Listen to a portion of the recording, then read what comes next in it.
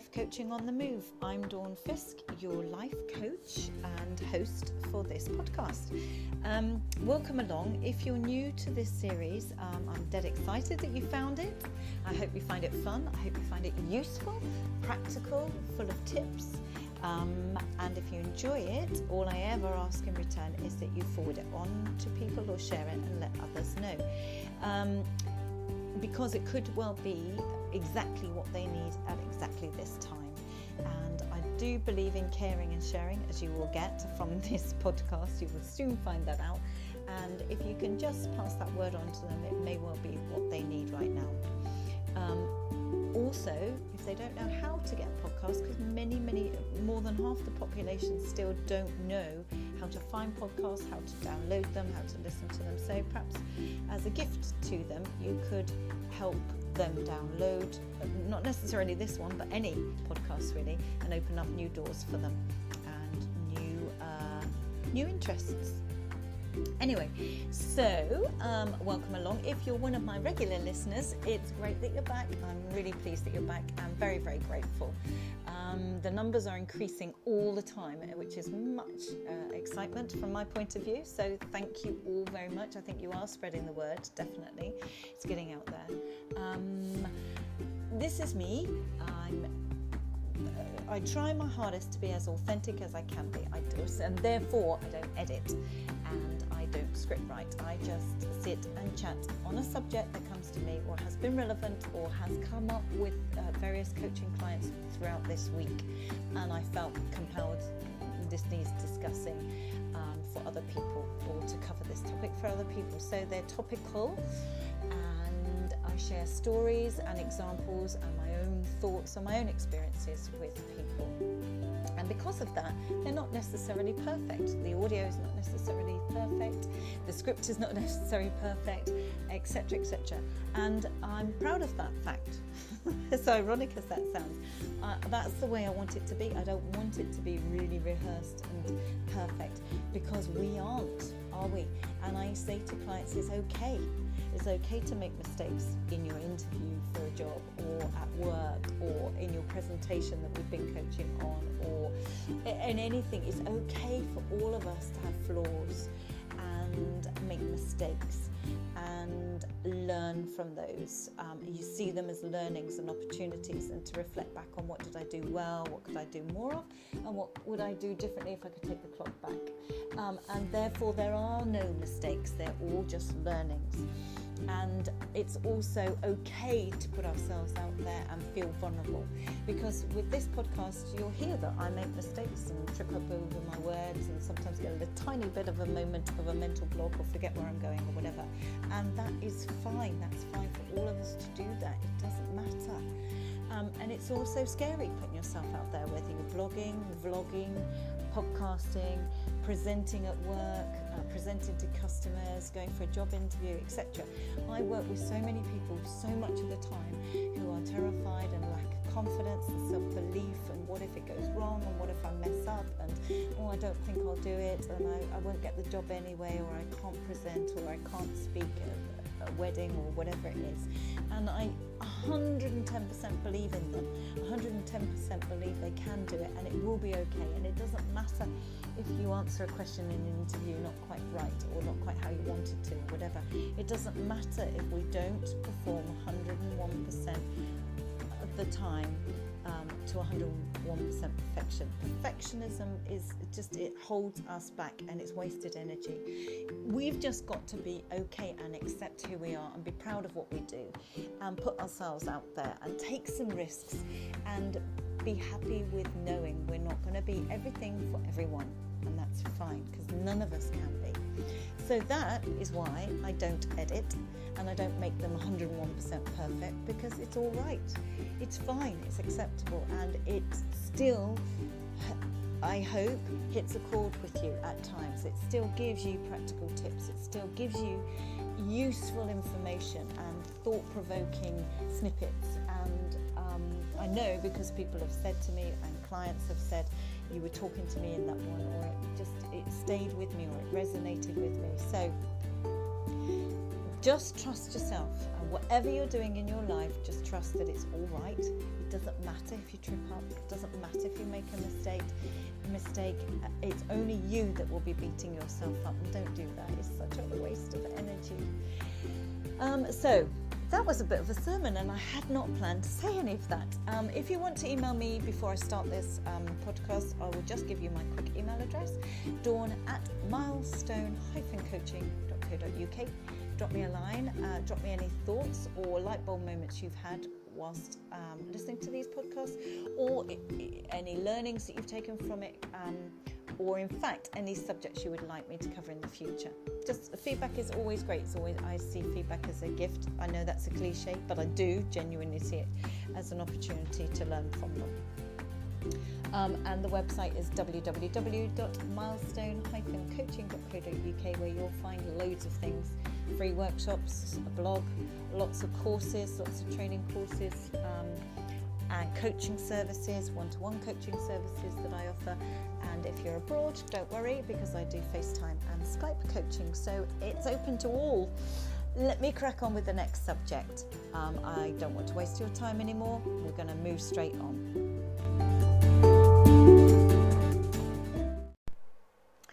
Today I am focusing on the men in our life. If you're a man listening, then this is excellent. This is for you. If you're a female listening, then this is for you to take on board with regard to the males in your life, whether it's your father, your sons, your brothers, your partner, or your friends. We've all got a male in our life of one kind or another. So actually this podcast relates to us all, and it's very much about our well-being and our good mental health, or not, as the case may be. But it's generally about our health, actually, because I would say my client base is probably 51% male, 49% female. Now, it didn't always used to be that way. It was predominantly female, but it has really, really shifted over the last year or two. Now, obviously, they're all coming to me for coaching for different subject matters. And I'm really cheered that men are coming forward a lot more now. And they are beginning to emote more, and they are beginning to talk more and open up more and ask for help on occasions, or show some vulnerability. But I still think there is a long way to go, because actually I think this is an area where men still neglect their health, whether that's physical health or mental health. I still think women are much better at coming forward and looking after themselves physically, going to the doctor when there's something wrong, for example. I've got some interesting figures here. This is what made me actually do this podcast, because I was looking around this subject, and the one that grabbed me, actually, there were two parts to this. First, prostate cancer has taken over as a bigger killer than breast cancer now. So predominantly male illness compared to a male illness compared to a predominantly female illness. Now that could be, some people say, well, that's because breast cancer gets more funding, more research, etc. But that again is related to males, because females perhaps are much more likely to go forward and get some help. They're much better at taking care of themselves and going along with the treatment that they are prescribed. They're also, perhaps generally speaking, this is sweeping generalisations, much better at fundraising and ways of raising awareness of the illness, whereas men don't come forward so much, talk about prostate cancer, do fundraising for it, etc., because it's much more kept behind the scenes.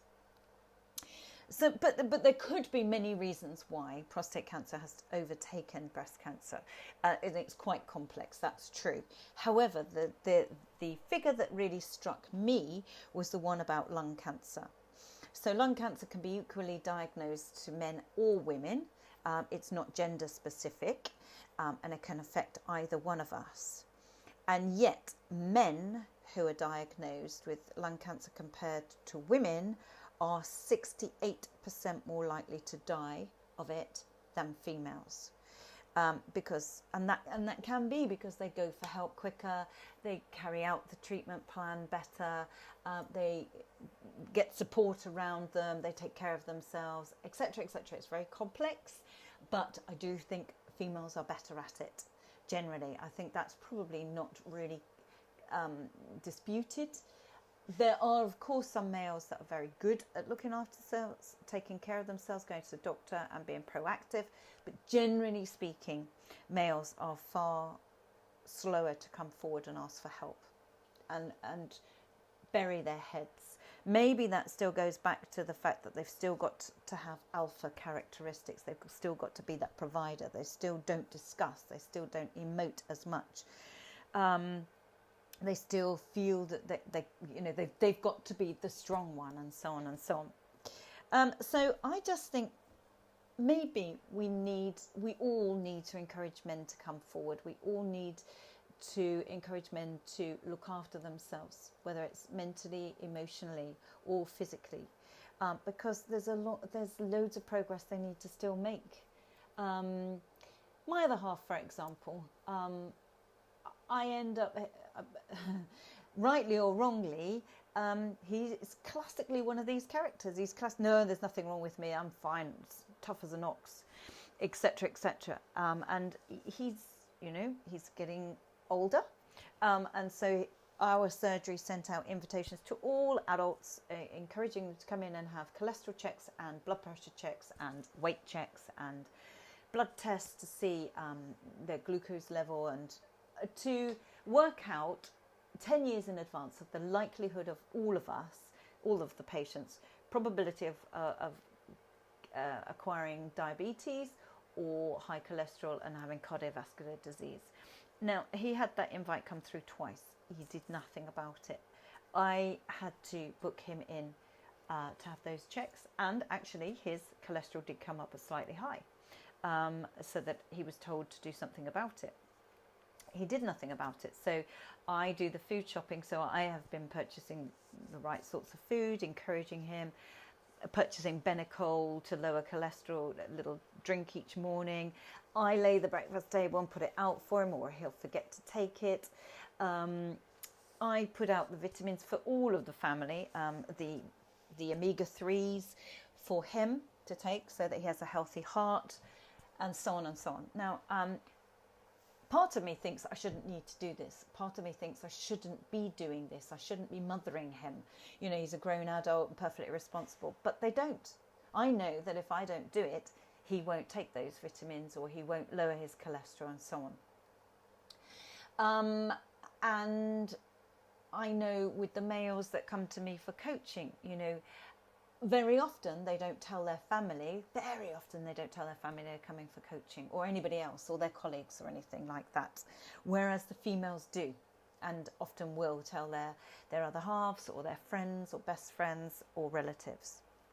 So there's definitely a difference there. It's not just the physical health, though. Plus, my other half as well was constantly taking Rennies and anti heartburn treatments constantly. We'd go out for a meal and he would be taking loads of Rennies that evening, not sleep well, etc. So I gave him some of my omeprazole. He was also coughing every time he ate. At the table, he would always start to cough as soon as he ate. So I gave him some of my omeprazole. After about 2 weeks of that, rightly or wrongly, I probably shouldn't have, it all went. All of those symptoms went. So I booked him an appointment with the GP, and to ask for his own omeprazole. He clearly needed it. It was clearly helping him. And the doctor agreed, yes, that was fine, not a problem at all, but we should probably look into it further and put a camera down and see if there's anything wrong. Well, in fact, he had 3 years damage from reflux damage, and that puts you at high risk of esophageal cancer. In addition to that, his dad had esophageal cancer 10 years ago, which puts him even higher risk. Now, had I not forced that situation, they wouldn't have him on the radar. At the moment, he's fine, and that long may that last, and hopefully that does last. But who knows? And if that reflux damage had continued, as it would have inevitably continued if he hadn't been put on omeprazole and had been checked, he could highly likely have gone on to develop esophageal cancer. So that's a typical male, I think. He didn't go to the doctor, he didn't take himself there, he knew he was coughing, he knew he was struggling, but did nothing about it. So sometimes we've got to force the situation because we care, not because we're mothering them or we're controlling them or we're bossy or anything like that, but because we genuinely care. We love them and want them in our life for longer. I want him around longer to share our life together. I want him to be there as a father for our children a lot longer. So if it means me making a doctor's appointment for him because he's unlikely to do it, I feel that that's okay. But it's mental health as well. For example, when you read the statistics on the mental health of men, who are more likely to commit suicide in the UK, men or women?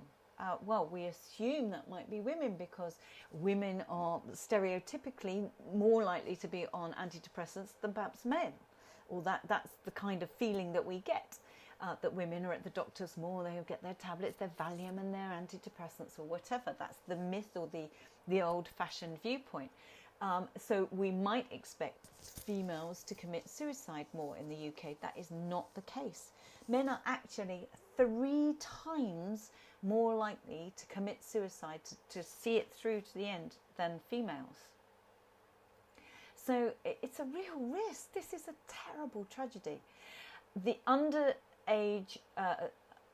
the age of 50 as well, what do you think is the biggest cause of death in men? Heart disease, cancer, cardiovascular disease? No. Under the age of 50, the biggest cause of death in men in the UK is suicide. That's just a shocking statistic, that suicide's killing men under 50 more than any other illness, more than any. So not only do we need to help and encourage or maybe force the situation with the physical illnesses, perhaps, but maybe with the mental health as well. Men are much less likely to talk about their worries, their fears, their anxieties, their depression, their emotion than females. They're much more likely to turn to the bottle, cigarettes and things like that, to try and numb them, try and numb the pain, try and numb the anxiety. And when that gets worse, because it does invariably, the cigarette smoking gets worse, the alcohol gets worse, the drug taking or whatever those unhelpful numbing approaches cause, as they get worse and worse, everything snowballs and down spirals. And so the suicide gets closer and closer. This shouldn't be happening. We need to look out. If we know that this is the reality, if we know this is a risk, and 1 in 4 of us, this is a proven fact, 1 in 4 of us will have a mental health problem at some point or other, whether it's anxiety, depression or stress. 1 in 4. In fact, some research shows 1 in 3. Now, I don't think that's because we're faking it or we're making it up or we're weaker or anything like that. I don't think, or it's because it's topical or fashionable. I don't believe that. I genuinely don't.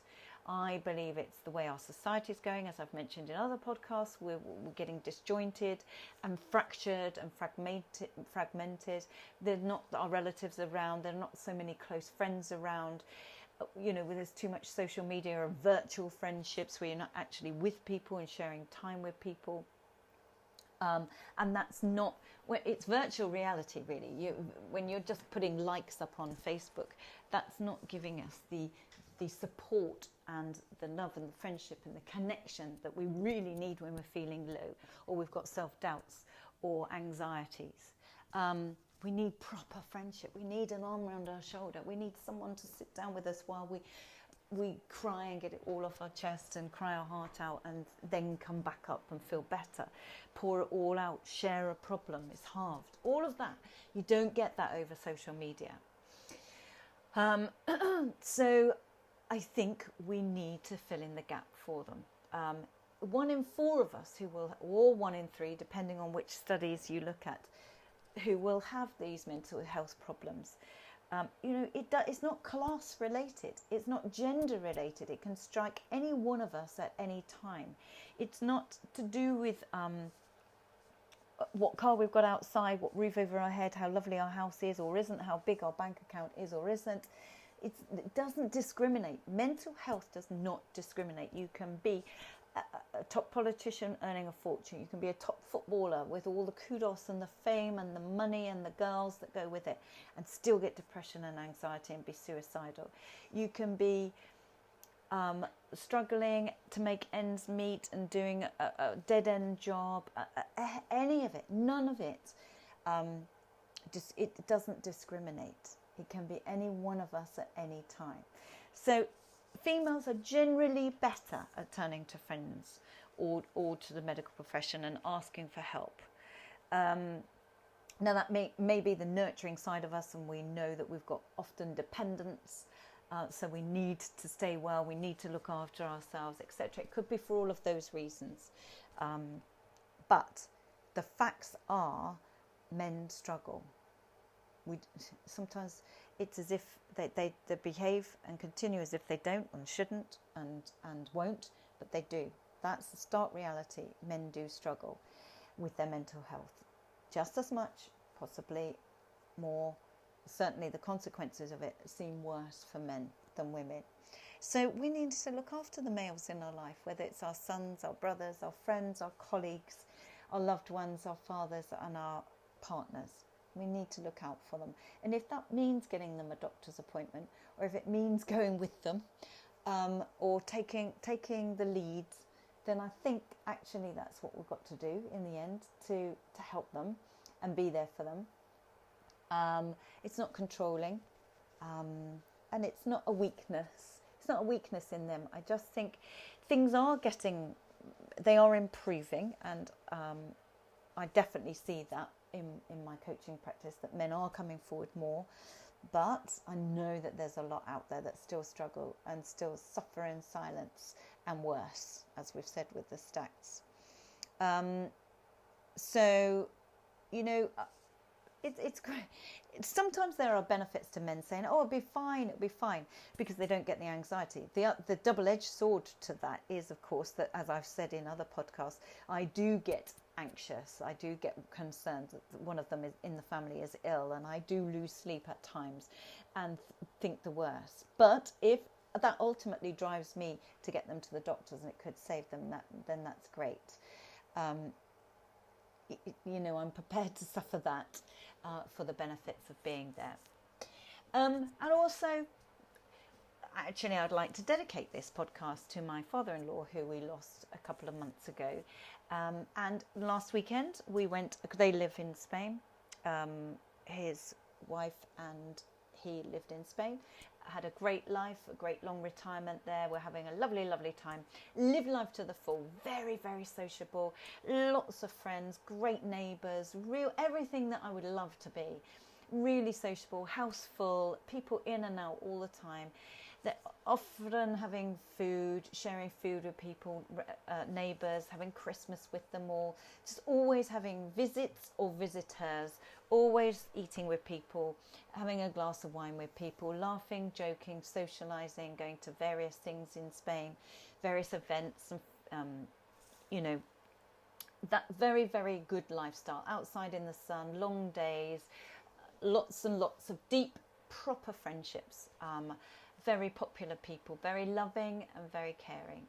And as I've mentioned already, 10 years ago, my father-in-law was diagnosed with esophageal cancer, and I have to say he dealt with that unbelievably inspirationally. He never ever said, "Why me?" He never ever complained. He never ever moaned or saw himself as a victim. He got on with it. He had major surgery. They knew he would lose his voice box. They knew he would never speak again, which I think must be really hard, really, really difficult to come to terms with. They both knew this together. They prepared themselves. my husband went out to spend some time with him and say anything he wanted to say so that they could discuss everything before the operation. And ultimately, a year or two later, I think they got a device for him. He could put some kind of contraption against his neck, and that would allow him to communicate slightly. He sounded almost like a Dalek, and my children were very young at the time, and they used to giggle about it because he sounded like weird, and they didn't know how to handle it when it first happened. But he would laugh with them. He didn't get upset about that. He didn't get all sensitive about that. He would laugh too. But he could communicate a little bit. And that's how he lived his last 9 or 10 years of his life. And he, as I said, he passed away a few months ago at the ripe old age of 89. So he'd had the other struggles since at least 79. But it did not stop him enjoying life to the full, having a full marriage with his lovely wife who cared for him, looked after him.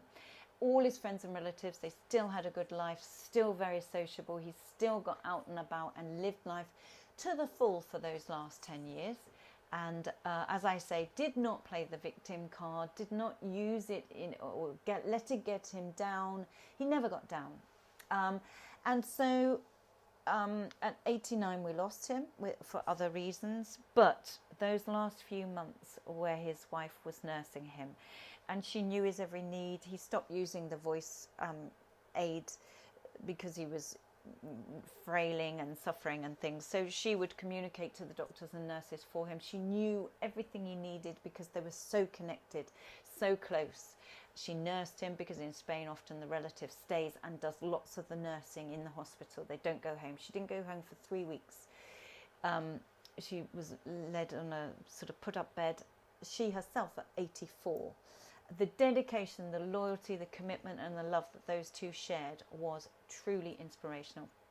And last weekend, as his wish, all of the friends and families and neighbours went across to Spain and went out from the coast out a little way on a catamaran. It was a beautiful day, even though it was end of November, early December.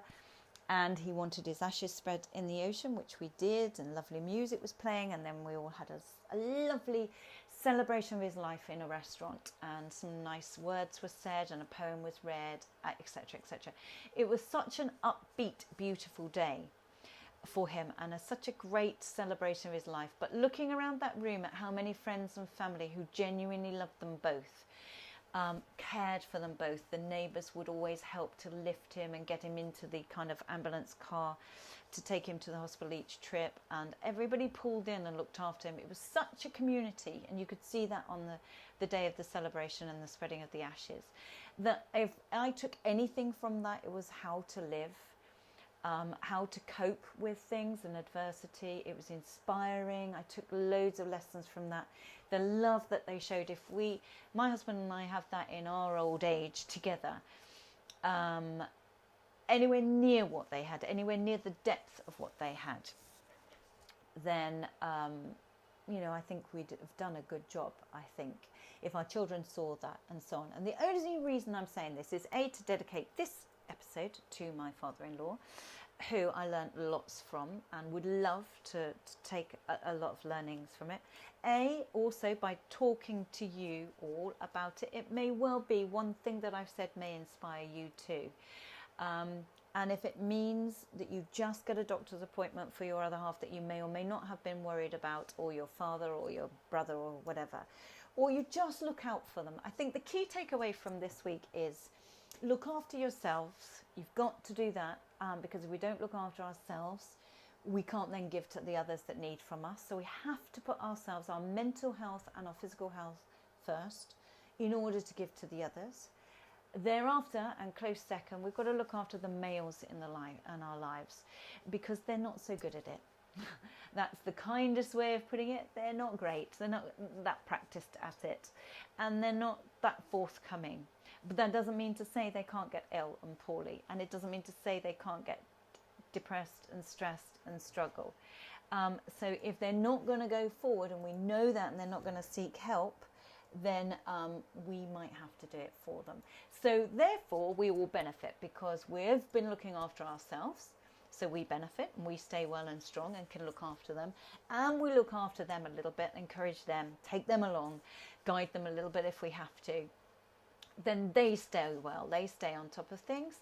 And that means you all win. It's a win-win. And you're leading by example, and they'll take from that, and so on and so on. So don't hold back. If it is a colleague at work that you're worried about, just spend some time and talk to them, and just give them that little bit of extra time so that they will open up and talk to you. Even colleagues at work, we can be there for them, and we may not know how we've helped, but we may well really truly help. It could be your neighbour, the elderly neighbour next door that just needs that little bit of care by themselves. It could be your brother, the children, the males in your family, a relative, a brother-in-law, your father-in-law, whoever it is. Just look out for them, because they just need a little bit of encouragement, really, and lead them to the right place, or be there and support them, or look after them. So really, it's dedicated to the males. And if it's you, if you're listening and you're male, then don't hesitate to put your health first, or turn to somebody, or talk to somebody and come forward. It is not a weakness.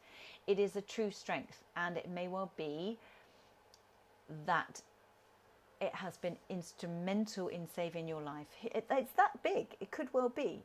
If you know the endoscopy that my other half had, who knows what might have happened in the end for him, and hopefully now won't. So go forward, go and have a checkup, or tell somebody, or whatever. Don't hold back, because there's so much mentally and physically that can be done to help us solve things, cure things, manage things, improve things, or just get rid of things. So why do we suffer? So that's that. That's my message for this week. It may have felt a bit doom and gloom, but it is not meant to be. This is meant to be positive and upbeat.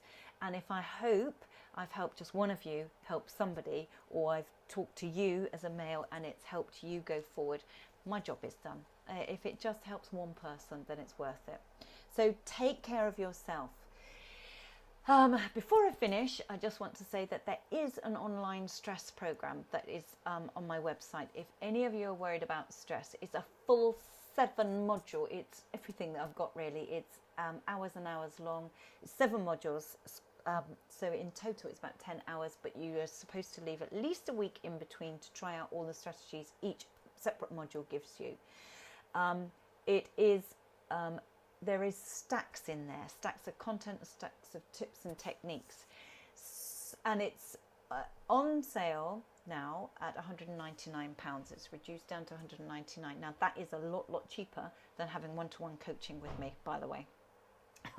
So if that might be a viable financial option to go down that route. What it means is you then own that content for you to dip in and out of whenever you need it.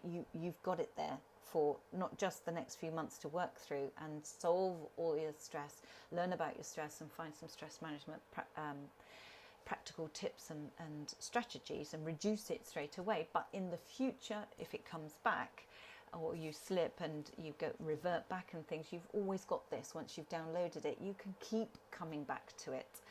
So you know, if you don't live locally, or you don't want to come for coaching, then this is a great stress management program that you could just dip in out of, do at your own pace in the privacy of your own home, and not involve anybody else, and just learn how to manage great techniques and reducing your and managing your stress in order to get a lot better mental health, more productivity, reduce stress, healthier, fitter, sleeping better, and so on and so on. There's loads in it.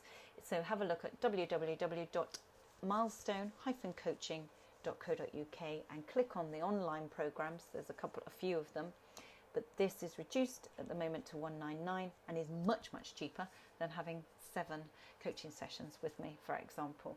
So that might be the route forward, or you can buy it for somebody else if you're worried about them, or a team member if you're a boss at work and you've got somebody else with stress there.